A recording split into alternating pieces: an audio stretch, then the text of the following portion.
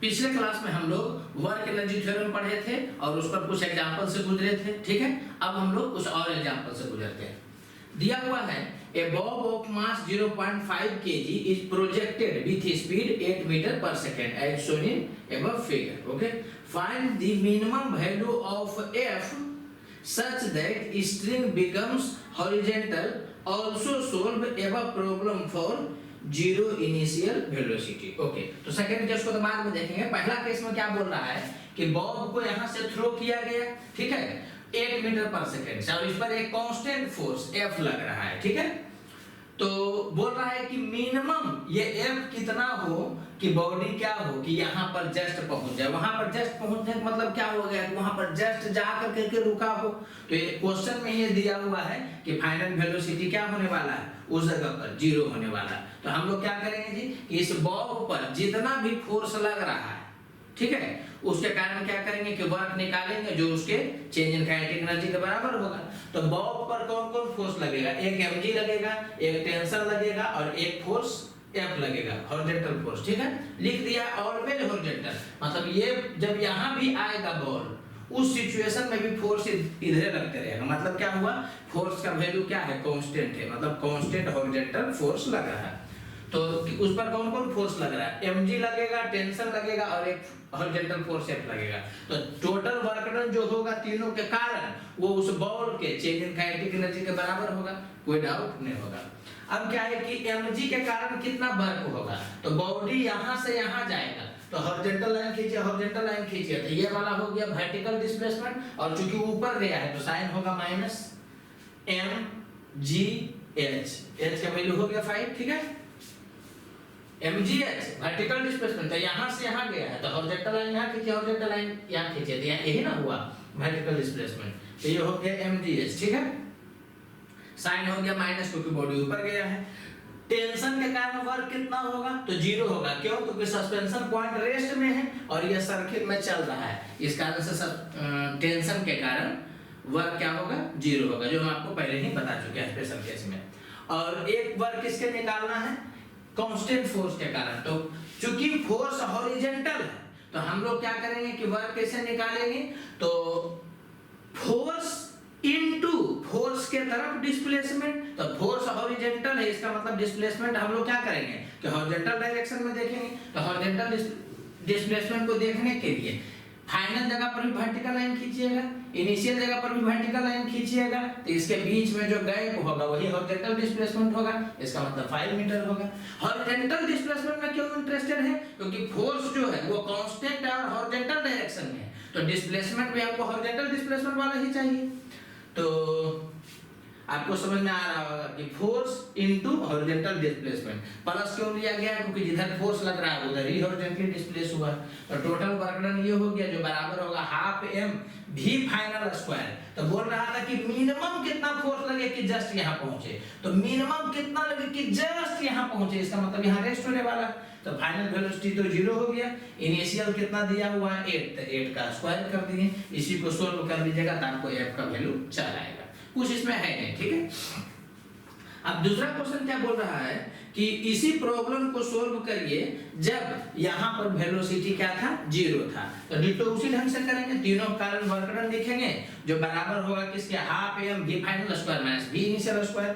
mg के द्वारा work कितना होगा यहां से यहां पर जाने में, तो वही माइनस mgh होगा, ठीक है। टेंशन के कारण वर्क क्या होगा, 0 होगा, और हॉरिजॉन्टल फोर्स के कारण क्या होगा, तो horizontal force into horizontal displacement, यही वाला होगा, ये बराबर होगा किसके, half m v final square. तो यहां पर तो रेस्ट में क्वेश्चन में ही दिया हुआ है कि जस्ट वहां पहुंचा है, तो वो क्या होगा कि फाइनल वेलोसिटी 0 होगा। और सेकेंड केस में जो यहां पर दिया है वो बोल रहा है कि यहां भी रेस्ट में ही था, तो फाइनल भी 0 हो गया, इनिशियल भी 0 होगा, इसको सोल्व करिएगा तो चल आएगा, समझ में आ रहा होगा, ठीक है। तो कभी भी क्या है ना कि किसी बॉडी को थ्रो कर दे या फोर्स लगा दे, इस ढंग करता है तो उसका स्पीड पूछे या काइनेटिक एनर्जी पूछे, समझ रहा है, या फोर्स उसका मिनिमम वैल्यू मैक्सिमम वैल्यू, इस ढंग से जब चर्चा करेगा तो आपको समझ जाना है कि वर्क एनर्जी से हम लोग क्या करेंगे, प्रोसीड करेंगे। अब इस क्वेश्चन को देखिए, दिया हुआ है a ball of mass m at height h above the free end of spring falls vertically on the spring so that spring is compressed by a distance d. Okay, the net work done on the ball in the process is. Okay, और क्या पूछ रहा है, maximum compression in the spring. ठीक है, तो बोल रहा है कि बॉल को यहाँ से रिलीज किया गया h हाइट से, फ्री इंड से h हाइट से रिलीज किया गया है, तो बॉल आएगा तो यहाँ तक तो स्पीड बढ़ेगा। अब क्या हुआ कि जैसे इस पर टकराएगा तो थोड़ा कंप्रेस होगा ना, तो उस पर एक एक्स्ट्रा फोर्स लगने लगेगा। कौन वाला, स्प्रिंग वाला फोर्स उधर लगने लगेगा और mg तो कंटिन्यू इधर लगेगा ही। तो बोल रहा है कि जब ये डीकंप्रेस हुआ होगा उस समय तक बताइए कि टोटल वर्क डन कितना हुआ होगा बॉल पर, और एक केस ये भी बोल रहा है कि मैक्सिमम कंप्रेशन कितना होगा। तो बात समझिएगा ये, जब बॉल यहाँ से यहाँ तक आएगा, कंप्रेशन जब डी हो जाएगा उस समय तक कितना फोर्स उस पर लगेगा, तो एक तो उस पर mg लगते रहेगा और जैसे ही टच होकर के इधर होगा तो एक स्प्रिंग वाला ही फोर्स लगेगा। ये भी जो है वो स्प्रिंग का हिस्सा है, इस कारण से इसके कारण कुछ एक्स्ट्रा से फोर्स नहीं लगेगा, जो स्प्रिंग का फोर्स होगा वही लगेगा। तो इस बॉल पर टोटल फोर्स किसके कारण लगेगा, तो एक mg कारण लगेगा तो उसके कारण वर्क निकालेंगे, और एक स्प्रिंग के कारण लगेगा तो उसके कारण वर्क निकालेंगे।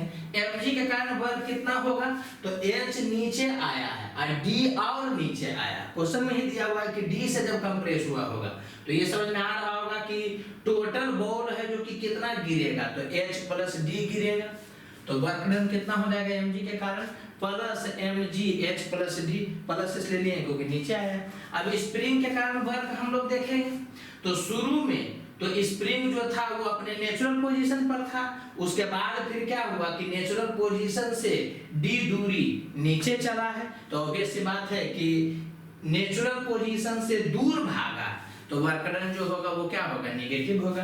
तो ये बराबर होगा किसके, माइनस हाफ के x2 स्क्वायर, तो नेचुरल लेंथ से d दूरी गया है तो कंप्रेशन d हुआ है फाइनली, तो d square minus initial compression या इलोंगेशन, तो इनिशियली तो नेचुरल लेंथ पर था, इसमें कंप्रेशन और इलोंगेशन नहीं था, इस कारण से क्या होगा कि x1 का वैल्यू 0 होगा, तो 0 कर दिया गया था, टोटल वर्क डन कितना ही होगा। आपको बात समझ में आ रहा होगा, ठीक है।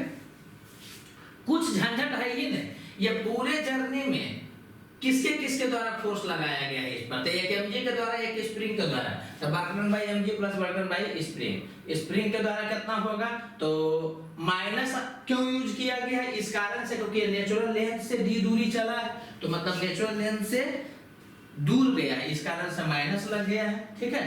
और ये बात समझिए रहे होंगे कि d और 0 कैसे हुआ, और चूंकि नीचे आया है तो h प्लस d हुआ, इस कारण से work done by mg plus mg h plus d, हमको नहीं लग रहा है कि कोई दिक्कत होगा, ठीक है।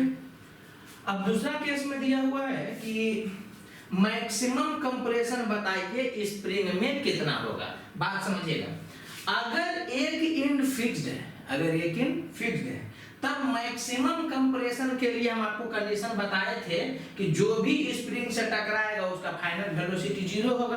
mg के कारण और स्प्रिंग के कारण जो वर्क लगेगा वो बराबर होगा चेंज इन काइनेटिक एनर्जी के, तो mg के कारण कितना वर्क होगा, तो चूंकि नीचे आया है तो हो जाएगा प्लस mg, और वर्टिकल डिस्प्लेसमेंट तो हम लोग मान रहे हैं कि मैक्सिमम कंप्रेशन x हुआ, इसका मतलब बॉल जो है वो h प्लस x चला है तो इतना वर्क हो गया, ठीक है। और स्प्रिंग के द्वारा कितना वर्क होगा जी, तो माइनस हाफ के x2 स्क्वायर, तो x2 स्क्वायर कितना हो जाएगा, तो अगर मैक्सिमम कंप्रेशन x है तो यही वाला तो हो जाएगा x2 स्क्वायर, तो x2 के जगह पर हम लोग x पुट करेंगे माइनस x1 स्क्वायर, तो इनिशियली ये वाला क्या था, अनस्ट्रेच्ड था, इस कारण से x1 का वैल्यू क्या हो गया 0, फिर माइनस ही क्यों दिए, तो शुरू में क्या था कि ये नेचुरल लेंथ पर था, बाद में क्या हुआ है कि नेचुरल लेंथ से दूर गया है, इस कारण से नेगेटिव लिए हैं, तो माइनस हाफ के यहाँ पर होना चाहिए क्या x स्क्वायर माइनस 0 स्क्वायर, जो x स्क्वायर बन जाएगा,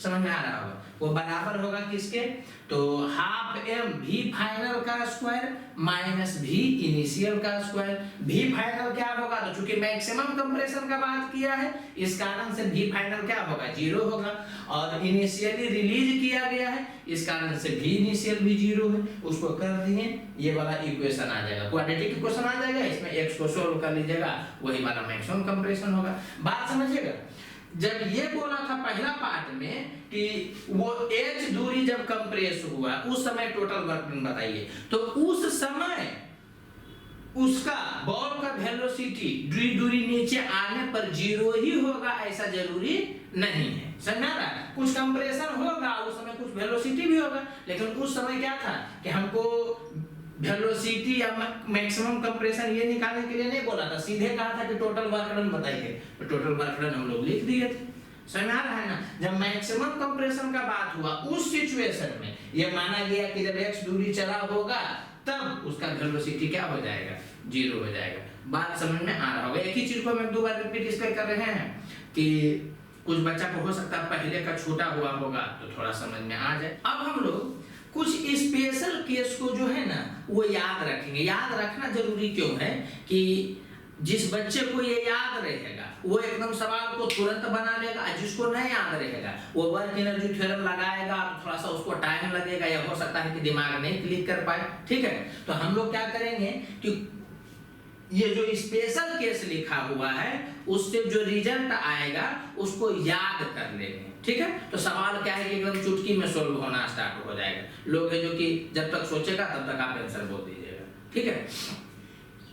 तो यहाँ पर दिया हुआ क्या है कि जब mg वर्क करे, यहाँ पर थोड़ा सा समझिएगा, जो हिट करके यहाँ बोलना है, ये नहीं बोला गया है कि बॉडी पर केवल mg लग रहा है, ये नहीं बोला गया है। ये बोला गया है कि जब केवल mg वर्क करे, मतलब अगर किसी बॉडी पर mg लग रहा है साथ ही साथ 1 2 3 फोर्स भी लग रहा है, तो उस बाकी के कारण अगर वर्क 0 है, केवल mg के कारण वर्क हो रहा है, तो ये वाला लगाइएगा सवाल जल्दी बनेगा। अब वर्क एनर्जी सोच करके लगाइएगा तो थोड़ा सा क्या है कि बड़ा होगा। बात समझ में आया? एक बार फिर से रिपीट कर रहे हैं। ये स्पेशल केस में ये नहीं बोला गया है कि केवल mg वर्क कर रहा है। इस स्पेशल केस में ये बोला गया है कि हो सकता है 2 3 4 फोर्स बॉडी पर लगते रहे, लेकिन केवल mg जब वर्क करे तो इस वे से प्रोसीड करने पर सवाल जल्दी बनता है, समझ आ रहा है। और अगर जो किसी को ध्यान नहीं रहेगा तो वर्क एनर्जी थ्योरम लगाएगा ही, वर्क एनर्जी थ्योरम लगाएगा तो क्या है कि थोड़ा सा मतलब टाइम लगेगा, 20 सेकंड ज्यादा टाइम लगेगा। इसमें क्या है कि देखिए तुम बता दोगे कि ऐसे होगा, अप्रोच भी तुम्हारे बड़ा स्मार्ट हो जाएगा, ठीक है।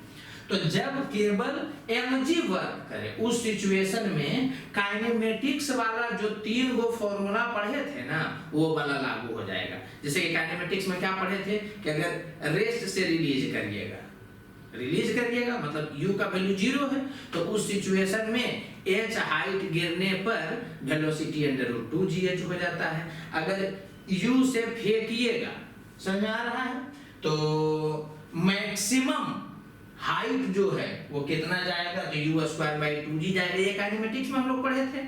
और अगर जो u से फेंके हैं तो ऊपर जाएगा तो v का वैल्यू √u² - 2gh होगा, और अगर जो नीचे फेंके हैं तो v का वैल्यू √u² + 2gh होगा। तो ये काइनेमेटिक्स में हम लोग पढ़ चुके हैं, ठीक है। तो वही वाला चीज यहाँ लिखा गया है कि जब केवल mg वर्क करे उस सिचुएशन में अगर u 0 रहेगा बॉडी का, तो h वर्टिकली नीचे चलने पर v का वैल्यू √2gh हो जाएगा। और u से फेंक दिए हैं, अब फाइनली 0 होना है तो मैक्सिमम कितना हाइट जाएगा, तो u²/2g हाइट जाएगा। और u है इनिशियल वेलोसिटी, तो ऊपर थ्रो करिएगा तो h हाइट जाने के बाद √u² - 2gh वेलोसिटी हो जाएगा। h हाइट नीचे जाएगा जब, तो उस सिचुएशन में under root u square plus 2gh हो जाएगा। ठीक है, तो ये आपको ध्यान रखना है, जहां h वर्टिकल डिस्प्लेसमेंट है और ये वाला बताया गया है किस सिचुएशन में, जब बॉडी में कोई रोटेशनल मोशन नहीं, ट्रांसलेशनल मोशन है। रोटेशनल मोशन पढ़ना है रोटेशन चैप्टर में, तो उस सिचुएशन में हम लोग देखेंगे, उस सिचुएशन में ये वाला नहीं लगेगा। ठीक है, जब रोटेशन आ जाएगा तब केवल mg भी वर्क करेगा, तो ये नहीं लगेगा। हाँ, 90% केस में क्या होगा कि जब केवल mg वर्क करेगा और रोटेशन नहीं रहेगा, तो ये वाला एप्लीकेबल हो जाएगा। ठीक है, अब देखिए दिया हुआ है कि find the minimum value of speed of bob at lowest position such that it rises to 6 meter from initial position। बात समझिएगा, बॉडी को कह रहा है कि मिनिमम कितना वेलोसिटी से फेंका जाए कि ये इनिशियल पोजीशन से 6 मीटर राइज हो। तो मिनिमम कितना से फेंका जाए कि 6 मीटर राइज हो, इसका मतलब क्या हो गया कि उस मिनिमम वेलोसिटी से फेंकने पर 6 मीटर राइज होकर के जस्ट रुक गया होगा। तो पहला तो डाटा इसमें ये दिया हुआ है कि बॉडी 6 मीटर ऊपर गया है, वर्टिकली अप हुआ है। दूसरा डाटा क्या है कि 6 मीटर ऊपर जा करके तो उसका वेलोसिटी 0 हो गया है। ये दो डाटा है। ठीक है, अब यहाँ बात समझिएगा छोटू, इस बॉल पर कौन कौन फोर्स लग रहा है, तो एक लग रहा है mg और एक लग रहा है टेंशन। फिर से इस बॉल पर कौन कौन फोर्स लग रहा है, एक लग रहा है mg और एक लग रहा है टेंशन। और आपको पता है कि टेंशन के कारण इस सिचुएशन में वर्क डन 0 होगा, क्योंकि सस्पेंशन पॉइंट रेस्ट में है, ये सर्कुलर में चल रहा है। तो इस पर लग रहा है mg, लग रहा है टेंशन, मगर वर्क केवल और केवल किसके कारण हो रहा है, तो mg के कारण हो रहा है। तो उस सिचुएशन में हम ये वाला अप्लाई कर सकते हैं कि फेंका गया है u से, तो मैक्सिमम कितना जाएगा, तो u स्क्वायर बाई 2g जाएगा। और h मैक्स का डाटा दिया हुआ है, तो बराबर होगा u square by 2g। Solve करिएगा तो चल आएगा। अच्छा, जिस बच्चा को क्या होगा कि ये वाला रिजल्ट नहीं याद रहेगा, तो वो क्या करेगा, तो वो क्या करेगा कि बॉडी पर लिखेगा work done by mg plus work done by tension, ये बराबर होगा change in kinetic energy half mv final square minus v initial square. तो वर्क डन बाई mg वो लिखता minus mgh work done by tension, तो 0 होता, समझ में आ रहा है। और वो बराबर होता हाफ mv फाइनल स्क्वायर, तो v फाइनल तो 0 यहाँ होगा, माइनस v इनिशियल स्क्वायर, तो v इनिशियल u है तो u का स्क्वायर करता, उससे भी डील करेगा तो चल आएगा। लेकिन वो स्मार्ट अप्रोच नहीं कहलाएगा। जब केवल mg वर्क करे तो उस सिचुएशन में ऐसे बनाइएगा, तो टाइम बहुत कम लगेगा, दिमाग भी तेज चलेगा, थोड़ा सा स्मार्ट फीलिंग भी होगा। आई होप बात पहुंच गया। अब क्या है, इस सवाल को देखते हैं। इसमें दिया हुआ है a body initially at rest and sliding along a frictionless track from a height h as shown in the figure. Okay, just completes a vertical circle of diameter AB equal to D। Okay, मतलब AB का value है जो कि D दिया हुआ है, कह रहा है कि the height h is equal to, यहाँ बात समझिएगा, बोला है कि बॉडी को यहाँ पर से रिलीज किया गया है, तो इनिशियल वेलोसिटी 0 है, तो आपको पता है। अब क्या होगा कि बॉडी यहाँ से आएगा यहाँ पर, ठीक है, और इसको सर्किल कंप्लीट करना है। तो सर्किल कंप्लीट करने का कंडीशन तो आपको याद ही है कि सर्कुलर ट्रैक के लोएस्ट पोजीशन पर उस बॉडी का वेलोसिटी अंडर रूट 5gl के बराबर होना चाहिए, जहां l क्या हो गया, उसका रेडियस हो गया। बात समझ में आ रहा होगा। तो बोल रहा है कि बॉडी जो है वो जस्ट सर्किल कंप्लीट कर जाए, माने h मिनिमम कितना हो कि ये सर्किल क्या कर जाए, कंप्लीट कर जाए। तो सर्किल कंप्लीट जस्ट किया है, इसका क्या मतलब है कि इस जगह पर उस बॉल का वेलोसिटी अंडर रूट 5gl के बराबर होगा। तो हम लोग क्या करेंगे कि इस बॉल का वेलोसिटी इस जगह पर निकाल लेंगे और उसको अंडर रूट 5gl के बराबर कर देंगे, तो जो पूछा है वो चल आएगा। ये कॉमन सा क्वेश्चन है, सिंपल सा क्वेश्चन है, ठीक है। तो इस पर कौन कौन फोर्स लग रहा है, तो एक लग रहा है mg और एक लग रहा है नॉर्मल, ठीक है। तो एक तो मेथड हो गया क्या कि यहाँ से यहाँ तक में आप क्या करिएगा कि वर्क एनर्जी थ्योरम लगा लीजिए। तो वर्क एनर्जी थ्योरम लगाइएगा यहाँ से यहाँ तक आने में, तो होगा work done by mg plus work done by normal. ये बराबर होगा चेंज इन काइनेटिक एनर्जी के, तो यहाँ पर भी निकल जाएगा, उसको √5gl के बराबर कर दीजिएगा, तो ऐसा चला आएगा। लेकिन थोड़ा सा नहीं लग रहा है कि 1 मिनट 1.5 मिनट के आसपास लग जाएगा। तो इसमें स्मार्ट अप्रोच क्या है कि बॉडी जब यहाँ से यहाँ आएगा तो उस पर फोर्स लगेगा 1 mg और 1 नॉर्मल, मगर नॉर्मल के कारण वर्क 0 होगा क्योंकि सरफेस रेस्ट में है। इसका मतलब बॉडी पर केवल mg वर्क कर रहा है।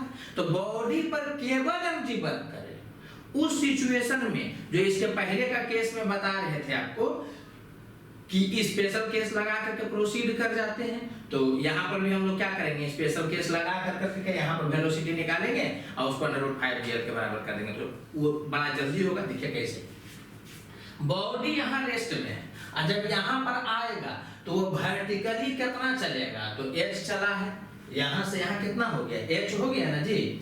यहाँ पर हॉरिजॉन्टल लाइन खींचो, यहाँ पर भी हॉरिजॉन्टल लाइन खींचो, तो यहाँ हॉरिजॉन्टल लाइन, यहाँ हॉरिजॉन्टल लाइन, तो यही गैप होगा, तो वर्टिकल डिस्प्लेसमेंट तो यही ना हो गया है। तो केवल mg वर्क कर रहा है। इस कारण से जब उसको रेस्ट से छोड़िएगा आप, तो h हाइट नीचे आने पर, चाहे वो किसी रास्ता से आए, h हाइट नीचे आने पर उसका स्पीड √2gh के बराबर होगा। क्लियर। और यहाँ पर जो 2gh है, अगर वो √5gl, l यहाँ पर क्या है, रेडियस, उससे मैच कर जाए तो सर्कल कंप्लीट हो जाएगा। तो किया कुछ नहीं किया, यहाँ से चूंकि रिलीज किया गया है, तो यहाँ से जब यहाँ आया तो h हाइट नीचे आया, तो वेलोसिटी कितना हो जाएगा, √2gh हो जाएगा वेलोसिटी। वो अगर √5gl या √5gr के बराबर हो जाएगा तो सर्कल कंप्लीट हो जाएगा। तो क्या होगा, √5gr के बराबर हम लोग कर दिए, जो वेलोसिटी यहाँ आया उसको √5gr के बराबर कर दिए। 5gr के बराबर क्यों कर दिया, क्योंकि हमको यहाँ पर जो है वो क्या है कि लिखा हुआ है कि जस्ट कंप्लीट किया। इस बात को देखिए, जस्ट कंप्लीट करने का बात किया, इसका मतलब यहाँ पर √5gl या √5gr ही होगा, उससे ज्यादा होगा तो जस्ट का कंडीशन नहीं बनेगा। समझा है ना, वो क्या होगा कि थोड़ा और स्पीड से होगा। तो आपको बात समझ में आ रहा होगा। ये लिख ही दिए है कि यहाँ पर √2gh क्यों किया गया, क्योंकि केवल mg वर्क कर रहा है। अब इसी को आगे प्रोसीड करिएगा तो चल आएगा। रेडियस के जगह पर क्या करिएगा, तो इसका डायमीटर d दिया है, इसका मतलब रेडियस d/2 हो जाएगा। तो इसको क्या किए हैं कि r के जगह पर d/2 किया, बाकी तो स्क्वायर करके डील कर लीजिएगा, चल आएगा। ठीक है। या कोई बच्चा इसे भी सोच सकता है कि सर्किल जस्ट कंप्लीट हुआ, इसका मतलब हाईएस्ट पॉइंट पर बॉल का वेलोसिटी √lg या √rg के बराबर होगा। सर्किल जस्ट कंप्लीट करने का दो कंडीशन, लोएस्ट पॉइंट पर √5gl के बराबर होना चाहिए स्पीड, और या फिर हाईएस्ट पॉइंट पर √g/l के बराबर होना चाहिए। तो लोएस्ट पॉइंट वाला उसको निकाल लीजिए, अब हाईएस्ट पॉइंट वाला से निकालते हैं। तो हाईएस्ट पॉइंट पर कितना होना चाहिए जस्ट कंप्लीट करने में वेलोसिटी, √r/g के बराबर या g/l के बराबर, जहाँ l रेडियस ही है। तो हम लोग क्या करेंगे कि यहाँ से यहाँ देखेंगे, तो बॉडी यहाँ इनिशियली रेस्ट में है और केवल mg फोर्स लग रहा है। तो क्या होगा कि यहाँ पर हॉरिजॉन्टल खींचो, यहाँ पर हॉरिजॉन्टल खींचो, तो यहाँ से यहाँ के बारे में सोचोगे तो मात्र इतना ही दूर जो है वो नीचे आया। समझ में आ रहा है कि नहीं। तो ये h है और ये d है, तो यहाँ से इसे खींचोगे तो ये वाला जो है वो h-d आएगा। इसका मतलब बॉडी h-d नीचे आया है। यहाँ से यहाँ देखे तो बीच में क्या हुआ उससे हमको नहीं मतलब है। जब केवल mg वर्क कर रहा है तो हमको वर्टिकल डिस्प्लेसमेंट से मतलब है, बीच में क्या हुआ, किधर गया नहीं गया, उससे कोई मतलब नहीं। तो यहाँ से यहाँ पर आएगा तो ये समझ में आ रहा होगा कि यहाँ तक पहुँचने के लिए वो वर्टिकली h-d नीचे आया। तो वेलोसिटी है जो कि केवल mg के वर्क होने के कारण √2g और जो वर्टिकल डिस्प्लेसमेंट हुआ है h-d होगा। क्लियर। ये वाला वेलोसिटी आया इधर से देखने पर यहाँ पर, और वो अगर √gr के बराबर हो जाए तो जस्ट सर्किल कंप्लीट करने का कंडीशन बन जाएगा। तो हम लोग उसको √gr के बराबर कर दिए, r के जगह पर d/2 लिख दीजिएगा, इसको डील करिएगा, चल आएगा। ठीक है। तो ये वाला सवाल है जो कि जेईई मेन वगैरह में पूछे हुए हैं, ठीक है, और नीट में भी उसके बाद पूछा है, ठीक है। डाटा कुछ चेंज होगा लेकिन पूछा है इसी टाइप से। तो कुछ था नहीं इसमें, वर्टिकल सर्किल कंप्लीट करना, तो नीचे में जो वेलोसिटी कैलकुलेट करिएगा उसको √5 g के बराबर, या मैक्सिमम हाइट पर जो वेलोसिटी कैलकुलेट करिएगा उसको √g के बराबर कर दीजिएगा तो चल आएगा। हम इसको अभी इसलिए बता रहे हैं कि केवल mg जब लगता है ना तो वर्क एनर्जी से स्पीड निकालने का जरूरत नहीं है। काइनेमेटिक्स वाला ही स्पेशल केस इसमें लग जाता है तो उससे निकाल लेंगे और उसको √5g या √Lg जो भी आप देखिएगा लगा कर करके सवाल बना लीजिएगा, बात समझ में आ रहा होगा, ठीक है। अब क्या है कि हम लोगों को पढ़ना है work done by mg on large body. एक चीज समझिएगा, अभी तक जो हम लोग वर्क डन बाय mg पढ़ रहे थे वो स्मॉल बॉडी पर पढ़ रहे थे, ठीक है। अब पढ़ना है कि जब लार्ज बॉडी ऊपर से नीचे होगा उस सिचुएशन में वर्क डन mg के द्वारा कितना होगा, ठीक है। तो एक्चुअली इसको पढ़ाया जाता है सेंटर ऑफ मास चैप्टर के बाद, क्योंकि इसमें सेंटर ऑफ मास का जरूरत पड़ता है, ठीक है। लेकिन हम लोग क्या करेंगे कि अभी सेंटर ऑफ मास का कंसेप्ट है ना वो वेरी लिमिटेड वे में जान कर करके इसको अप्लाई करना सीख लेंगे, ठीक है, ताकि इस पर एक दो सवाल बनाया जा सके। तो समझिएगा जी, work done by mg on large body कैसे कैलकुलेट होता है। तो जब स्मॉल बॉडी होता था तो हम लोग पढ़ते थे प्लस माइनस mgh, जहां h होता था वर्टिकल डिस्प्लेसमेंट बॉडी का। तो होता क्या है ना कि जब बॉडी छोटा होता है तो हर पॉइंट का डिस्प्लेसमेंट उतना ही होता है। कोई भी छोटा बॉडी है उसको यहाँ से तुम यहाँ लाओ या यहाँ से यहाँ लाओ तो जो भी वर्टिकल डिस्प्लेसमेंट हुआ तो हर पॉइंट का उतना ही हुआ। लेकिन अगर लार्ज बॉडी है तो इसको तुम अगर ऐसे करोगे तो बात समझना, ये वाला h हाइट पर है, इसको तुम ऐसे किए तो ये वाला पॉइंट h नीचे गिरा और जो यहाँ पर था उसको ऐसे किए तो मात्र इतना ही नीचे आया। जो लोएस्ट पॉइंट पर है जब ऐसे हुआ तो वो नीचे में था, अभी भी नीचे में है, तो उसका क्या हुआ, वर्टिकल डिस्प्लेसमेंट हुआ ही नहीं। तो अगर लार्ज बॉडी होता है तो अलग अलग पॉइंट का डिस्प्लेसमेंट अलग अलग हो जाता है, ठीक है। तो उसमें mgh अगर लिखेंगे तो h किस पॉइंट का लिखेंगे, समझ आ डायरेक्ट हो गया। छोटा है तो h हर पॉइंट का वही होगा, तो बॉडी जितना दूर चला है हर पॉइंट का वही होगा, तो h डायरेक्ट पता चल जाता है वर्टिकल डिस्प्लेसमेंट। लेकिन जब बॉडी लार्ज रहेगा तो अलग अलग पॉइंट का वर्टिकल डिस्प्लेसमेंट अलग अलग होगा।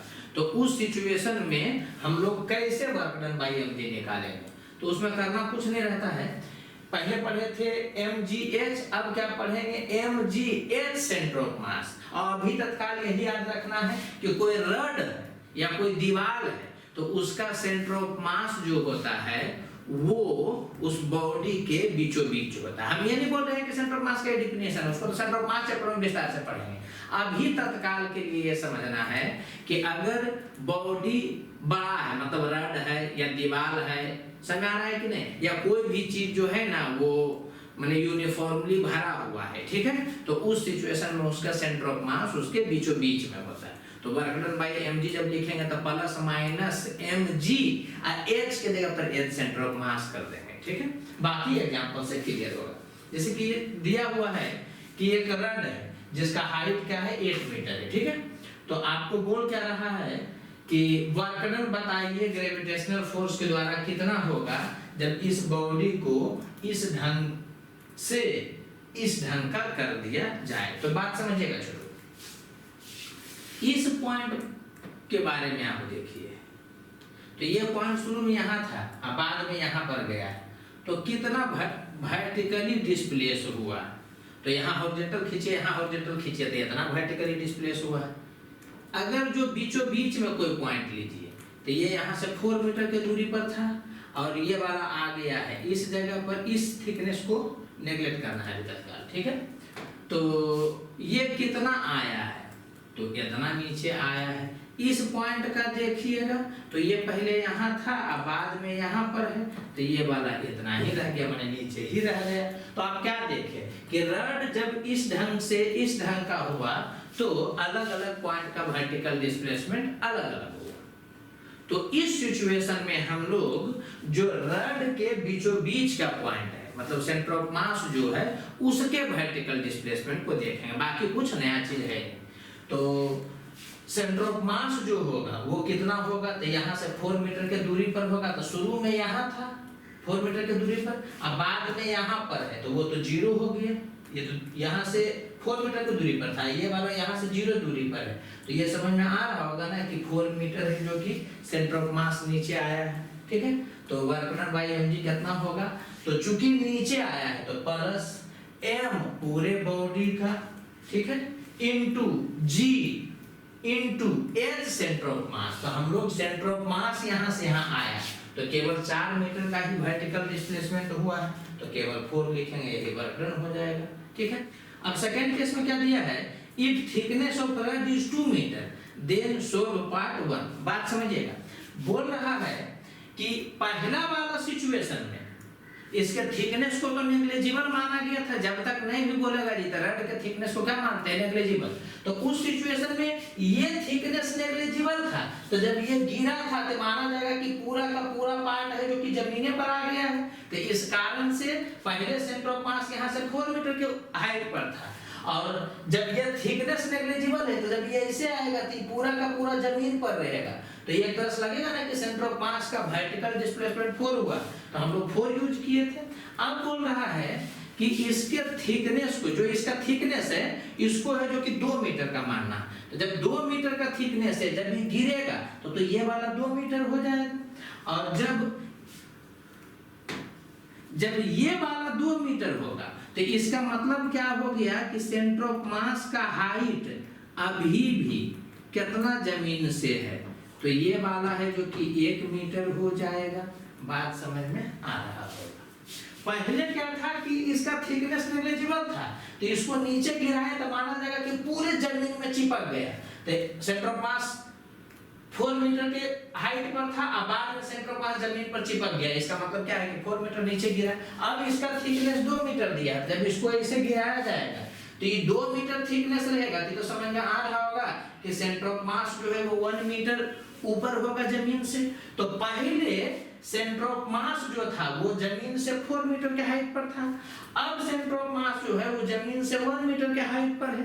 इसका मतलब सेंटर ऑफ मास जो है वो 4 - 1 3 मीटर ही नीचे आया है। तो अब वर्क डन कितना होगा, तो चूंकि नीचे आया है तो प्लस ही होगा, तो प्लस mg, और h कितना हुआ, मतलब vertical displacement centre of mass का कितना हुआ है, तो 4 - 1 3, तो 3 कर दिया तो चल आया। आई होप बात समझ में आ रहा होगा, ठीक है।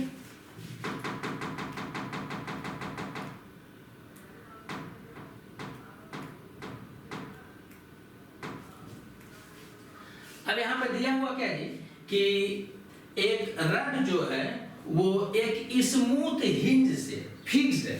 फिक्स्ड है का मतलब क्या हो गया कि यहाँ के अबाउट ये घूम तो सकता है मगर ये वाला है जो कि मूव नहीं कर सकता, ठीक है। तो बोल रहा है कि बॉडी जब इस पोजीशन से इस पोजीशन में आएगा तो mg के द्वारा कितना वर्क किया गया होगा। फिर से समझिएगा, अगर बॉडी छोटा रहता तो यहाँ से यहाँ आता तब तो क्या होता कि एक ही डिस्प्लेसमेंट होता हर पॉइंट का। ऐसे क्या लग रहा है, शुरू में यहाँ था ये पॉइंट, बाद में यहाँ है, तो लग रहा है कि इतना वर्टिकल डिस्प्लेसमेंट हुआ है, इतना।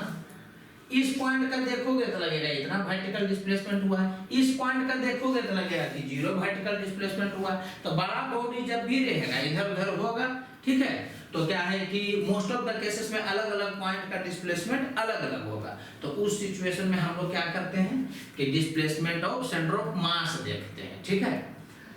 तो हम लोग देखेंगे कि सेंटर ऑफ मास का डिस्प्लेसमेंट कितना हुआ।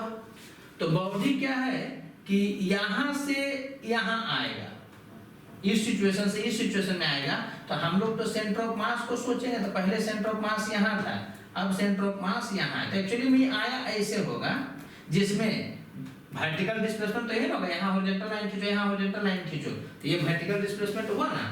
तो वर्क डन बाय mg अगर निकालना रहेगा तो कैसे करेंगे, चूंकि नीचे आया है तो plus mg into vertical displacement, horizontal line खींचे, हॉरिजॉन्टल लाइन खींचे, तो ये वाला, तो वर्टिकल डिस्प्लेसमेंट कितना हुआ, तो समझना जी ये जो रड है ये कितना है 6 मीटर का है, तो ये 6 मीटर हुआ। इसका मतलब सेंटर ऑफ मास जो है वो यहाँ से 3 मीटर के दूरी पर हुआ, तो ये 3 मीटर है, तो ये कितना हो जाएगा, तो 3 sin 53 डिग्री होगा। ये बात समझ में आ रहा होगा कि सेंटर ऑफ मास का वर्टिकल डिस्प्लेसमेंट कितना हुआ, तो 3 sin 53 डिग्री। ये वाला वो वर्टिकल डिस्प्लेसमेंट है, 3 ये हो गया तो इसका sin 53 करेंगे ये वाला चला आएगा। तो mg के द्वारा वर्क डन कितना होगा, प्लस चूंकि नीचे आया है plus mg into 3 sin 53 degree होगा। अगर वर्क डन बाई mg पूछा जाता तो यही करते, ठीक है। यहाँ पर आपको क्या बोल रहा है कि जब रड इस जगह पर आ जाएगा उस सिचुएशन में बताना है कि काइनेटिक एनर्जी बॉडी का कितना होगा, ठीक है। तो समझिएगा, अगर किसी बॉडी का मूव करता हुआ है या घूमता हुआ है काइनेटिक एनर्जी अगर आपसे बोलता है तो आपको दिमाग में आना चाहिए कि वर्क एनर्जी थ्योरम लगाएंगे। तो वर्क एनर्जी थ्योरम लगाइएगा तो इस बॉडी पर कौन कौन फोर्स लग रहा है, यहाँ पर 2-3 बात समझिएगा जो हम क्वेश्चन में ही है जो कि क्लियर कर देंगे। अलग से भी पढ़ा सकते थे लेकिन उसको क्वेश्चन में ही हम क्लियर कर देना चाह रहे हैं। बॉडी पर एक लग रहा है mg, ये तो क्लियर है। दूसरा जो फोर्स लग रहा है इस बॉडी पर वो लग रहा है हिंज वाला, ठीक है। तो हम लोग क्या करेंगे कि जब वर्क एनर्जी लिखेंगे तो ये लिखेंगे कि work done by mg plus work done by hinge force, क्योंकि हिंज वाला भी इस रड पर फोर्स लगा रहा है। तो work done by mg plus work done by hinge force वो बराबर होगा किसके, तो फाइनल काइनेटिक एनर्जी जो इस सिचुएशन में है माइनस इनिशियल काइनेटिक एनर्जी जो उस सिचुएशन में है। बात समझ में आ रहा होगा, ठीक है। अब यहाँ पर वर्क डन बाई हिंज को हमको देखना है। वर्क डन बाई हिंज तो आपको समझा दिए कि बड़ा भी बॉडी है तो सेंटर ऑफ मास का वर्टिकल डिस्प्लेसमेंट देख करके निकाल लेंगे। अब हमको समझना है कि वर्क डन बाई हिंज कितना होगा। तो याद करिए जब चैप्टर शुरुआत हुआ था तो सबसे पहले हम यही बात बोले थे कि work done by a force जब देखना होता है तो जिस पॉइंट पर फोर्स लग रहा है उसी पॉइंट का डिस्प्लेसमेंट देखते हैं। क्लियर करिएगा, जब शुरुआत किए थे वर्क एनर्जी पावर चैप्टर तो शुरुआत में ही बताए थे कि जिस पॉइंट पर फोर्स लगेगा उसी पॉइंट का डिस्प्लेसमेंट देखते हैं। तो समझिए हिंज वाला जो है वो फोर्स लग रहा है इस पॉइंट पर, हिंज लगा रहा है इस पॉइंट पर फोर्स, और इस पॉइंट का डिस्प्लेसमेंट जो देखिएगा तो जीरो है तो कि कंटिन्यूअसली उसी जगह पर है। तो ये समझ में आया कि हिंज के कारण जिस पॉइंट पर फोर्स लग रहा है उस पॉइंट का डिस्प्लेसमेंट जीरो है। इसका मतलब क्या हो गया कि work done by hinge zero होगा। तो ये मोस्ट ऑफ द केसेस में आपको आएगा ये, ठीक है, कि हिंज जो फोर्स लगाएगा जिस जगह पर तो वो वाला क्या है कि रेस्ट में ही रहेगा। तो अगर वो रेस्ट में रहेगा तो फोर्स तो लग रहा है मगर डिस्प्लेसमेंट जीरो हो रहा है, डिस्प्लेसमेंट जीरो होगा तो वर्क जीरो होगा। अच्छा, स्मूथ नहीं रहता, फ्रिक्शन रहता तो फ्रिक्शन के कारण कुछ रगड़ के कारण हीट लॉस होता है तो उस ढंग का आपको नहीं देगा, ठीक है। आप में जब भी हिंज का चर्चा करेगा तो स्मूथ हिंज का ही चर्चा करेगा, ठीक है। तो ये दिमाग में बैठा लीजिएगा, इतना सोचना नहीं। अगर जो हिंज वाला फोर्स लग रहा है तो मोस्ट ऑफ द केसेस में 99.99% केस में क्या होगा कि वो पॉइंट रेस्ट में होगा तो work done by hinge zero हो जाएगा। कोई भी फोर्स जहां लग रहा है वो वाला अगर पॉइंट डिस्प्लेस नहीं हो रहा है, दूसरा पॉइंट डिस्प्लेस हो रहा है मगर वो पॉइंट डिस्प्लेस नहीं हो रहा है जहां पर फोर्स लग रहा है तो हम लोग समझेंगे कि वर्क डन क्या होगा, जीरो। जैसे क्या समझिएगा जी, ऐसा नहीं है कि इसके फोर्स के कारण ये वाला बॉडी में कुछ इफेक्ट नहीं हो रहा है, इसके फोर्स के कारण भी इसके बॉडी में इफेक्ट हो रहा है। अगर ये नहीं रहता तो रडबा ऐसे गिरता, ये फिक्स्ड है तो रड ऐसे गिर रहा है। इसका मतलब इस फोर्स के कारण बॉडी पर इफेक्ट हो रहा है मगर वर्क जीरो हो रहा है। रीजन, क्योंकि वर्क के लिए जिस पॉइंट पर फोर्स लगेगा उस पॉइंट का डिस्प्लेसमेंट होना चाहिए। बात समझ में आ रहा होगा, तब कोई दिमाग नहीं लगाना। यहाँ पर से रड को रिलीज किया गया, यहाँ पर काइनेटिक एनर्जी बोला है तो work done by mg plus work done by hinge force, दूसरे को फोर्स लग रहा है वो चेंज इन काइनेटिक एनर्जी बराबर होगा mg के कारण जो वर्क डन होगा, क्योंकि नीचे आ रहा है तो plus mg into centre of mass का vertical displacement. Centre of mass का वर्टिकल डिस्प्लेसमेंट कैसे देखिएगा, तो यहाँ सेंटर ऑफ मास है, इसे खींच दीजिएगा, यहाँ सेंटर ऑफ मास है, इसे खींच दीजिएगा, तो इसके बीच का जो डिस्टेंस है तो ये 6 है, तो ये 3 हो गया, 3 हो गया, तो ये वाला होगा 3 sin 53 डिग्री, तो ये वर्क डन बाय mg हो गया। ठीक है, work done bye hinge force, तो चूंकि वो फिक्स्ड है इस कारण से वर्क डन बाय हिंज जो है वो क्या हो गया, 0 हो गया, वो बराबर होगा फाइनल पोजीशन में जो काइनेटिक एनर्जी है माइनस इनिशियल पॉइंट का काइनेटिक एनर्जी। तो इनिशियली तो रड रेस्ट में, इसका मतलब काइनेटिक एनर्जी क्या है, 0। कोई भी बॉडी है जो इनिशियली रेस्ट में, इसका क्या मतलब हो गया, उसका काइनेटिक एनर्जी 0। तो इसको डील कर लेंगे तो क्या है कि इस रड का इस जगह पर आपको काइनेटिक एनर्जी मालूम चल जाएगा। बात समझना छोटू, ये वाला जो हम क्वेश्चन करवाए हैं ना, उसमें थोड़ा सा हमको ज्यादा एक्सप्लेन करना पड़ा या थोड़ा सा दिक्कत लग रहा होगा अगर आप पहले बार, मतलब क्या है कि सेंटर ऑफ मास वगैरह नहीं अगर पढ़े हैं और पहला बार इसको देख रहे हैं तो दिक्कत लगा होगा। रीजन ये वाला सेंटर ऑफ मास चैप्टर के बाद है जो कि बताया जाता है। ठीक है, जैसे कि रोटेशन में जब पढ़िएगा तो ये भी क्वेश्चन पूछा जा सकता था कि यहाँ से रिलीज किया गया है, तो जब रड इस जगह पे आया तो बताइए कि इसका एंगुलर वेलोसिटी कितना है, या ये भी पूछ सकता था कि जब रड इस जगह पर आया तो इस पॉइंट का, इन पॉइंट का वेलोसिटी कितना है, किस डायरेक्शन में। ठीक है, तो वो सब ये जो कि रोटेशन में पढ़ाया जाएगा। अभी बस केवल हम थोड़ा सा इतना बताए हैं कि वर्क डन बाय mg जब बॉडी लार्ज होता है तो उसके सेंटर ऑफ मास के डिस्प्लेसमेंट को देख कर करके देते हैं। ठीक है, सेंटर ऑफ मास के डिस्प्लेसमेंट को देखते हुए डील करते हैं, अलग अलग पॉइंट को देख करके डील नहीं करते हैं। और दूसरा चीज ये बताएं कि अगर जो हिंज रहेगा तो हिंज के कारण वर्क डन होगा जो 0 होगा। अगर वो हिंज मूव नहीं कर रहा, बात समझना, हिंज ऐसे कर दिया, मैंने हिंज कर दिया किसी बॉडी को किसी जगह पर, ये ऐसे चलेगा तो क्या हो गया कि हिंज इस पॉइंट पर फोर्स लगा रहा है, ये डिस्प्लेस भी हो रहा है, तब हिंज के द्वारा ही वर्क हो जाएगा। समझ में आ रहा है ना, हिंज जहां पर रहता है ना मोस्ट ऑफ द केसेस में वो नहीं चलता है, इस कारण से हिंज के कारण वर्क 0 होता है। इधर फोर्स लग रहा है, डिस्प्लेसमेंट नहीं, लेकिन अगर फोर्स लगेगा डिस्प्लेसमेंट होगा, फोर्स लगेगा डिस्प्लेसमेंट होगा तो वर्क हो जाएगा। ठीक है, तो इसमें जितना समझ में आया उतना ही रखिए, बाकी क्या है कि सेंटर ऑफ मास के बाद जो कि क्लियर होगा, और रोटेशन चैप्टर में इस पर 1 2 3 प्रॉब्लम और बढ़ेगा तो उसको देखेंगे। ठीक है, लेकिन वहां भी जी अगर पूछ लेगा कि इस पॉइंट का वेलोसिटी बताओ या फिर इसका ओमेगा बताओ, तब भी आपको प्रोसीड ऐसे ही करना पड़ेगा कि वर्क एनर्जी थ्योरम लगा कर करके प्रोसीड कर जाइएगा। आई होप क्लियर होगा। अच्छा, ये एक प्रॉब्लम का टाइप है जिसको कि हम इंटीग्रेट करके भी बता सकते हैं।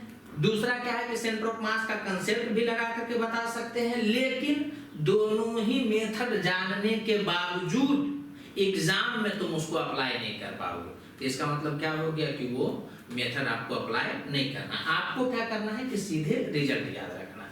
एक बार फिर से ये सवाल जब आएगा, माने इस टाइप का जब सवाल आएगा तो आप इंटीग्रेशन वाला मेथड या सेंटर ऑफ मास वाला मेथड जानिएगा मगर फिर भी अप्लाई नहीं कर पाइएगा, क्योंकि उसमें टाइम किल हो जाएगा या गलती भी हो जाएगा। समझ आ रहा है कि नहीं? तो वो सब चीज हम लोग सोचेंगे ही नहीं। आपको सीधे याद रखना है कि जब टेबल पर एक चेन को लटका देता है जिसमें से कुछ पार्ट नीचे होगा कुछ पार्ट उस पर होगा, ठीक है, तो इस ढंग के सवाल में हम लोगों को वर्क डन बाय mg अलग अलग केस में याद रहना चाहिए, ताकि यहाँ से आप क्या करिए कि आगे प्रोसीड कर सकिए। क्लियर? तो इसमें कोई आपको मेथड बतलेगा या आपको भी लगेगा कि पता नहीं सर कैसे आ गया, दिस आ गया, दैट आ गया, तो ये सब दिमाग में चलने नहीं दीजिएगा, सीधे रिजल्ट याद रखिएगा।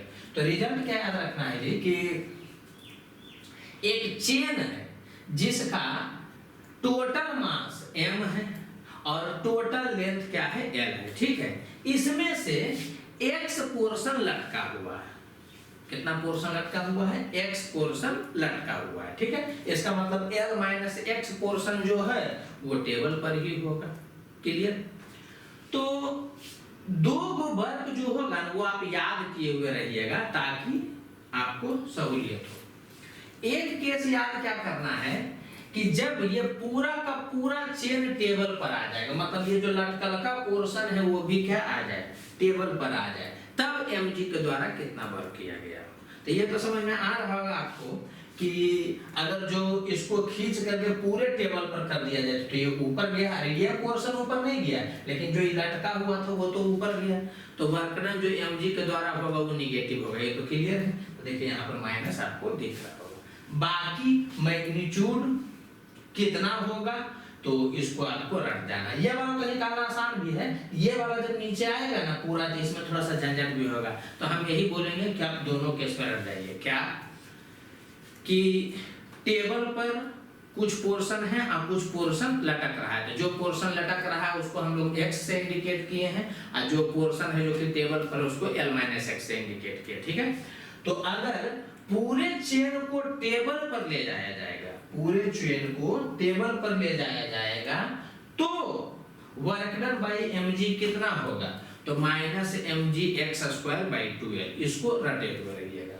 और जब पूरा चेन जो है वो टेबल को जस्ट छोड़ देगा, मतलब क्या है कि ये वाला लटकते लटकते लटकते जस्ट ये वाला इंड यहाँ तक आ गया है, उसके बाद भी नीचे जाएगा, लेकिन हम लोग तत्काल अभी यहाँ तक पढ़ेंगे कि जस्ट टेबल को छोड़ा है, उस सिचुएशन में वर्क डन बाई mg कितना होगा। तो ये तो समझ में आ रहा होगा कि इसमें नीचे आ रहा है तो प्लस होगा, यहाँ देखिए प्लस भी है, तो वर्क डन कितना हो जाएगा, तो mg/12 into l² - x²। ठीक है। तो इसको याद रखिएगा। वो बड़ा हो गया कितना, जब ऊपर जाएगा तो -mg/12 into x², और यहाँ पर कितना होगा +mg/12 into l² - x², जब पूरा चेन है जो कि नीचे आ जाएगा तो। ठीक है। तो इसको क्या करिएगा कि याद रखिएगा। अब इस सवाल को देखते हैं, दिया हुआ है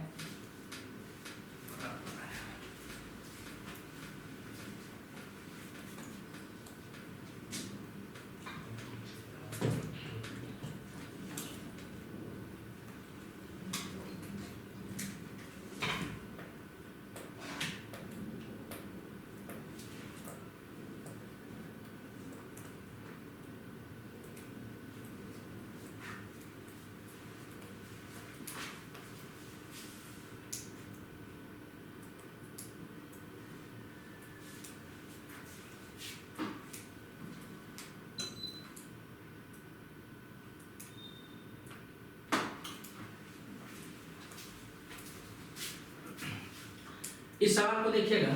दिया हुआ है कि a chain of mass 2 kg and length 6 meter is placed on a smooth horizontal table such that its 1/3 part hanging over the edge। ठीक है। तो बोल रहा है कि if the chain is released then find its speed when it completely leaves the table। ये क्या बोल रहा है कि एक चेन है जिसका टोटल मास 2 kg है और 6 मीटर है जो कि लेंथ है। ठीक है। बोल रहा है कि 1/3 पार्ट लटक रहा है, तो 6 मीटर का है तो 1/3 पार्ट तो हो गया 2 मीटर, तो 2 मीटर पार्ट है जो कि लटक रहा था। ठीक है। अब बोल रहा है कि अगर चेन को रिलीज किया जाएगा, माने शुरू में ये रेस्ट में था, फिर रिलीज किया जाएगा तो ये नीचे आएगा, इसके भार के कारण ये नीचे आएगा, तो जब नीचे आएगा तो उस सिचुएशन में आपको बताना है कि ये जस्ट जब इसको टेबल को छोड़ेगा तो इसका वेलोसिटी कितना होगा। तो कुछ दिमाग लगाना नहीं है आपको। सबसे पहले जो है चेन पर जितना भी फोर्स लग रहा है उसके कारण वर्क डन लिखेंगे, वो बराबर होगा चेंज इन काइनेटिक एनर्जी के। आगे बढ़िएगा तो खुद ब खुद आप क्या करिएगा, उसके स्पीड पर पहुंच जाइएगा। ठीक है। कभी भी जी कोई प्रोसेस करता है, इसमें क्या होगा कि स्पीड पूछेगा या काइनेटिक एनर्जी पूछेगा, तो उस सिचुएशन में हम लोग वर्क एनर्जी लगा देंगे। तो इस पर कौन कौन फोर्स लग रहा है, तो सबसे पहला तो लग रहा है mg, दूसरा कौन लग रहा है, तो दूसरा लग रहा है नॉर्मल। फिर से सबसे पहले लग रहा है mg, उसके बाद क्या लग रहा है नॉर्मल, तो दोनों कारण हम लोग वर्क लिख देंगे, वो बराबर होगा किसके, ½ m इंटू v फाइनल जो चेन का होगा उसका स्क्वायर माइनस v इनिशियल जो चेन का होगा उसका स्क्वायर। ठीक है। अब चूंकि mg के द्वारा वर्क लिखना है तो उसमें तो चेन नीचे आया है, मैंने इस पोर्शन का बात किया है, तो इस ढंग का जब बात करेगा तो वर्क डन बाई mg कितना होगा, mg/2l, mg/2l into l² minus x², तो l² हो गया 6 का स्क्वायर माइनस x², x जो लटका हुआ था, तो कह रहा 1/3 लटका हुआ था, तो 6 का 1/3 तो हो गया 2, तो इसका मतलब यहाँ पर हो गया 2 स्क्वायर, तो वर्क डन बाई mg लिख दिए, plus work done by normal, तो नॉर्मल के द्वारा तो वर्क 0 हुआ है, क्यों? तो कि सरफेस रेस्ट में है तो वर्क डन बाई नॉर्मल 0 होगा ही, तो वर्क डन बाई नॉर्मल 0 हो गया, तो टोटल वर्क जो हो गया वो चेंज इन काइनेटिक बराबर हो गया, तो बराबर होगा हाफ m v फाइनल का स्क्वायर, तो वही निकालना है इसका v जो भी होगा, तो v का स्क्वायर कर दिया माइनस v इनिशियल का स्क्वायर, तो v इनिशियल कितना होगा? तो क्वेश्चन में दिया हुआ ही है कि चेन को क्या किया गया है जी, रिलीज किया गया है, तो रिलीज करने का मतलब ये हो गया कि इनिशियल वेलोसिटी 0 होगा, तो यहाँ पर 0 पुट कर दिया गया, इसी को डील कर लीजिएगा, चलेगा। अब समझना, ये सवाल इतना आसान सवाल नहीं, ये सवाल मेडिकल के व्यू से, जेईई मेन के व्यू से बहुत अच्छा सवाल है, मगर आसान क्यों हो गया? क्योंकि आपको ये दोनों रिजल्ट याद है, ये वाला याद था बना लिए, ऊपर भी करने का पूछेगा तो ये भी लगा करके बना लीजिएगा, समझ में आ रहा होगा। तो रिजल्ट कुछ याद रहेगा ना तो स्टैंडर्ड सवाल भी बड़ा आसानी से बन जाएगा, अदरवाइज क्या है कि दिक्कत क्रिएट करेगा। तो ये दो को रिजल्ट जो है वो आप याद रखिएगा, सवाल आसानी से डील हो जाएगा अगर चेन के लटकने का बात किया तो। ठीक, दिया हुआ है in previous problem if chain is pulled slowly such that whole chain comes to the table then find work done। बात समझिएगा जी, यहाँ पे वर्क डन में ये नहीं बोला है कि वर्क डन किसके द्वारा, तो समझिएगा, इसको आराम से समझिएगा। कभी भी क्या है ना कि वर्क डन लिख दे और नहीं बोले तो आपको समझना है कि वो work done by external agent का चर्चा किया। फिजिक्स में हीट को छोड़ के, मतलब थर्मोडायनेमिक्स चैप्टर को छोड़ करके कहीं भी जब तक वर्क डन के बारे में नहीं बोलता है तो work done by external agent माना जाता है। ठीक है, एक्सटर्नल एजेंट का क्या मीनिंग है वो हम समझा रहे हैं एक बार फिर से। होल फिजिक्स में थर्मोडायनेमिक्स चैप्टर छोड़ के कहीं भी वर्क डन केवल बोलेगा तो आपको समझ जाना है कि वो work done by external agent बोला है। ठीक है, थर्मोडायनेमिक्स चैप्टर में जब वर्क डन बोलता है इसका मतलब वर्क डन बाई सिस्टम समझा जाता है फिजिक्स में। ठीक है, तो ये तो थर्मोडायनेमिक्स चैप्टर है नहीं, इसका मतलब क्या हुआ कि जब वो वर्क डन बोला इसका मतलब work done by external agent के बारे में बात कर रहा है। ठीक है, अब ये समझिएगा कि एक्सटर्नल एजेंट वाला कंसेप्ट दिमाग में कैसे आएगा। तो कभी भी कोई घटना खुद से नहीं हो सकता है, उसको किसी ना किसी को करना पड़ेगा। ठीक है, और उस घटना को जब कोई क्वेश्चन चर्चा करता है तो हमको समझ जाना है कि उस घटना को जो करने वाला होगा वही एक्सटर्नल एजेंट कहलाएगा। बात समझिएगा, अगर जो चेन को यहां से यहां पर लाना है तो आप छोड़ भी दीजिएगा तो खुद से आ जाएगा, तो इसमें कोई जरूरी नहीं कि एक्सटर्नल एजेंट वर्क करेगी। हाँ, अगर इस चेन को स्लोली नीचे आना है तो जितना से इधर खींचा रहा होगा उतना से कोई एक्सटर्नल इधर लगाए हुए होगा ताकि स्लोली नीचे आए। समझ में आ रहा है कि नहीं? तो उस सिचुएशन में एक्सटर्नल वर्क करेगा। इस सिचुएशन में देखिएगा चेन को ऊपर आना है तो कोई ना कोई तो उसको खींच कर ऊपर करेगा, तो जो खींच रहा है वही एक्सटर्नल एजेंट है। और जब तक नहीं बोलेगा तब तक वर्क डन का मतलब work done by external agent ही होता है, एक्सेप्ट थर्मोडायनेमिक्स। ठीक है, थर्मोडायनेमिक्स चैप्टर में जब नहीं बोलता है तो वर्क डन बाई सिस्टम माना जाता है, तो वो तो वहां पर चर्चा किया जाता है। आई वो बात समझ में आ रहा हो।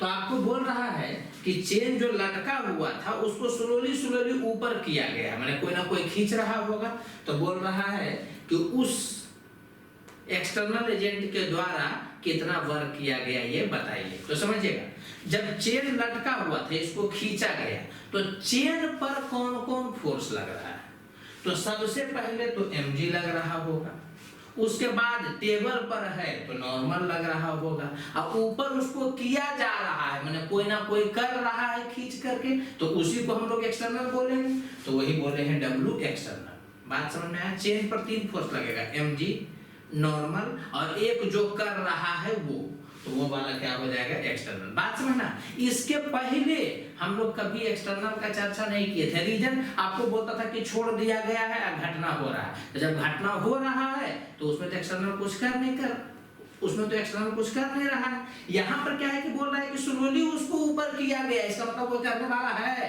तो वो क्वेश्चन के इंटेंशन से ही आपको पकड़ा जाएगा। ठीक है, धीरे धीरे ना आपको पकड़ाने लगेगा कि डब्ल्यू एक्सटर्नल कब सोचना है कब नहीं सोचना है। जब नॉर्मली बोले कि थ्रो कर दिया गया या छोड़ दिया गया, उसके बाद घटना खुद से होगा, इसका मतलब वहां एक्सटर्नल काम नहीं कर रहा है। ठीक है, और अगर बोलेगा कि इसको ऐसा किया गया, समझा रहा है, तब आपको सोचना पड़ेगा कि जरूर कोई ना कोई कर रहा है, तो उस सिचुएशन में एक्सटर्नल वाला भी सोचेंगे। बात समझ में आ रहा होगा। तो चेन को खींच करके ऊपर किया गया था, कोई ना कोई खींच रहा है, तो इस पर कौन कौन फोर्स लग रहा है? वो mg टेबल में टच है तो नॉर्मल, आइए वो जो खींच रहा है वो एक्सटर्नल हुआ। तो 3 को फोर्स उस पर लग रहा है, तो तीनों के कारण हम लोग वर्क डन लिखेंगे, वो बराबर होगा चेन का final kinetic energy minus chain का initial kinetic energy, half mv final square minus v initial square. कोई दिक्कत नहीं लग रहा होगा। अब चेन ऊपर गया तो mg के द्वारा कितना वर्क हुआ, ये तो आपको रटवाए ही थे कि minus mg/2l into x square, जहां x है लटका हुआ पार्ट, तो कितना हो जाएगा माइनस mg, x के जगह पर होगा 2 का स्क्वायर, क्योंकि प्रीवियस प्रॉब्लम में 1/3 लटका हुआ था, तो 2 लटका हुआ था, तो होगा minus mg x square by 2l, l total था। ठीक है, तो ये इतना वर्क डन हो गया mg के द्वारा जब चेन ऊपर चढ़ा तो। ठीक है, नॉर्मल के द्वारा तो 0, रीजन क्योंकि सरफेस रेस्ट में है तो नॉर्मल के द्वारा वर्क 0 हुआ, और एक्सटर्नल एजेंट का तो पूछ ही रहा है तो उसको डायरेक्ट हम लोग W एक्सटर्नल लिख देंगे। ये बराबर होगा final kinetic energy minus initial kinetic energy. तो समझिएगा चेन पहले रेस्ट में था तो इनिशियल काइनेटिक एनर्जी तो 0 था, और स्लोली ऊपर किया गया, इसका मतलब फाइनली भी उसका वेलोसिटी 0 ही रहा। ठीक है, तो फाइनल वेलोसिटी 0 है, इनिशियल वेलोसिटी 0 है, तो ये पार्ट 0 हो गया। यहाँ से क्या हो गया कि W एक्सटर्नल आ गया। बात समझ में आ रहा है? देखो हम बहुत सोच समझ करके जब चेन लटकता है ना, उसमें 2 केस रखवाए हैं, mg के द्वारा वर्क डन, रीजन mg के द्वारा वर्क पूछेगा तब भी आपको डील हो जाएगा, स्पीड वगैरह पूछेगा तब भी डील हो जाएगा, और अगर एक्सटर्नल का भी वर्क पूछेगा तब भी क्या है कि अगर वर्क डन बाय mg आपको याद रहेगा तो आसानी से डील हो जाएगा। इसलिए केवल वो 2 केस याद रखिएगा ना, तो चेन जो लटका हुआ है उस ढंग का कोई भी सवाल रहेगा ना तो आपसे इजीली बन जाएगा, विदिन 1 मिनट बन जाएगा। ओके, अच्छा अब ये क्वेश्चन दिया हुआ है कि a water tank 500 litre of height 1 meter is filled with water through a motor pump. Okay, if water resource is in 2 meter depth from earth surface, then find work done by motor pump. अच्छा, ये एक normal सवाल, इसमें बोल क्या रहा है कि 2 मीटर नीचे से पानी को खींचा जा रहा है, ठीक है, और एक वाटर टैंक है जो कि 1 मीटर हाइट का है। तो 1 मीटर हाइट का है तो पानी जो है वो नीचे से खींच करके 1 मीटर टैंक में है जो कि भरा है, पानी नीचे था 2 मीटर और वहां से खींच कर करके 1 मीटर के हाइट में पानी को भरा गया है। ठीक है, तो आपको बोल रहा है कि work done bye motor pump क्या होगा। तो पहले वाटर को सोचिएगा, वाटर जब नीचे से ऊपर आया तो उस पर कौन कौन फोर्स लगेगा? एक तो लगेगा mg, और उसको ऊपर करने में कौन वर्क करेगा? तो मोटर पंप वर्क करेगा। तो समझ में आ रहा होगा कि वाटर पर फोर्स एक mg और मोटर पंप पर लगेगा, तो वर्क भी होगा work done by mg plus work done bye motor pump, ये बराबर होगा हाफ m वाटर का v final square minus water का v इनिशियल स्क्वायर। अब mg के द्वारा वर्क कितना होगा तो इसको ध्यान दीजिएगा जी, पहले टोटल पानी था 2 मीटर नीचे, अब क्या है कि पानी को 1 मीटर हाइट पर लाए हैं, 1 मीटर हाइट के वाटर टैंक में लाए, तो कुछ पानी तो होगा नीचे ही, कुछ पानी ऊपर, कुछ पानी ऊपर, कुछ पानी ऊपर, कुछ पानी ऊपर, मैक्सिमम हाइट जो होगा पानी का अर्थ सरफेस से वो 1 मीटर होगा। तो आपको नहीं लग रहा है ऐसा कि इसमें अलग अलग जगह पर देखने पर वाटर का वर्टिकल डिस्प्लेसमेंट अलग हुआ है, जो जमीन पर सटा हुआ है तो उसको वर्टिकल डिस्प्लेसमेंट कितना हुआ 2 मीटर, कुछ ऊपर में होगा तो उसका 2 मीटर से कुछ ज्यादा, कुछ और ऊपर में होगा तो 2 मीटर से कुछ और ज्यादा, जो सबसे ऊपर में होगा तो 2 मीटर नीचे से लाया है, 1 मीटर ऊपर है माने 3 मीटर, तो अलग अलग वाटर का जो वर्टिकल डिस्प्लेसमेंट है वो अलग अलग है। जैसे ही ये था आपका दिमाग क्लिक कर जाना चाहिए कि mg के द्वारा जो वर्क डन लिखेंगे तो उसमें हम लोग h सेंटर ऑफ मास लिखेंगे बात समझ में आ रहा होगा। तो पानी 2 मीटर नीचे था, वहां से उठा के लाया 1 मीटर हाइट वाले टैंक में। तो 1 मीटर हाइट है जब, तो इसका सेंटर ऑफ मास तो होगा जो कि 1/2 मीटर में होगा। तो इसका मतलब समझ में आया कि सेंटर ऑफ मास ऊपर कितना उठा, जो वाटर लाया गया उसका। तो 2 मीटर हो गया जमीन तक लाने में, और 1/2 मीटर है, और तो सेंटर ऑफ मास एक तरह से 2.5 मीटर ऊपर उठा। बात समझ में आ रहा होगा। तो कुछ करना नहीं है, वर्क डन बाय mg, चूंकि ऊपर आया है तो माइनस लगा दीजिए। उसके बाद फिर क्या है कि वाटर का मास, तो यहाँ पर वाटर का क्या दिया है जी, वॉल्यूम दिया है, तो उसको डेंसिटी से मल्टीप्लाई करके मास लाएंगे। ये क्वेश्चन जान के दिखाया गया है जी कि मास वो नहीं देगा, हो सकता है डेंसिटी सॉरी वॉल्यूम देगा, तो आपको डेंसिटी से मल्टीप्लाई करके खुद ही मास है जो कि देखना पड़ेगा। ठीक है, तो दिया है 500 लीटर, तो 500 लीटर को लिख दिया 10⁻³ मीटर क्यूब। ये सब याद रहना चाहिए, ये सब मिनट में करना है। तो 500 लीटर, तो 500 इंटू 1 लीटर होता है 10⁻³ मीटर क्यूब, तो 10⁻³ से मल्टीप्लाई कर दिया। इसका मतलब वॉल्यूम हो गया इतना मीटर क्यूब, इनटू वाटर का डेंसिटी 1000 kg पर मीटर क्यूब होता है। ये याद भी रहना चाहिए, समझ आया ना। यही सब चीज तो बच्चा नहीं जाता, सवाल नहीं बनता है उसको लेकर यार मास तो देवे नहीं किया, कैसे प्रोसीड करेंगे। तो यहाँ समझना, सबसे पहले तो उसको क्या है कि लीटर को मीटर क्यूब में कन्वर्ट करने आना चाहिए असाइनमेंट में, तो वो कर दिया गया। इनटू डेंसिटी दे दिया तो ठीक वाटर का, नहीं दिया तो आपको याद भी रहना चाहिए, तो डेंसिटी से मल्टीप्लाई कर दिए। तो ये वाला हो गया m into g into h centre of mass. तो 2 नीचे से लाया अर्थ सरफेस, 1 मीटर का है, इसका सेंटर ऑफ मास जो कि 1/2 मीटर है। तो ये तो समझ में आ गया होगा कि सेंटर ऑफ मास इतना ऊंचा है। तो वर्क डन बाय mg इतना हो गया, plus work done bye motor pump, तो वो तो हम लोग को निकालना ही है, तो लिख दिया work done bye motor pump. ये बराबर होगा final kinetic energy minus initial kinetic energy. तो अर्थ के नीचे में नहीं भी देगा तो ये मानना पड़ेगा कि वाटर का वेलोसिटी क्या है, 0 है, और फाइनली 1 मीटर के टैंक में रख दिया, तो फाइनल वेलोसिटी भी 0 है, इस कारण से ये वाला 0। ये क्वेश्चन दिया ही गया है कि ये सब चीज खुद से समझना है कि अर्थ के सरफेस के नीचे 2 मीटर नीचे जो पानी था उसका वेलोसिटी तो नहीं दिया, तो क्या होगा, ऐसे दिमाग में चलने लगा तो गड़बड़ा जाएगा। आपको समझना है कि जब नहीं दिया तो इनिशियली 0 होगा, और टंकी में फुल कर दिया तब भी कुछ नहीं बोल रहा है, तो मानना पड़ेगा कि फाइनल वेलोसिटी भी क्या है, 0। तो उसको कर लीजिएगा तो वर्क डन बाय मोटर चल आएगा। समझा रहा है ना।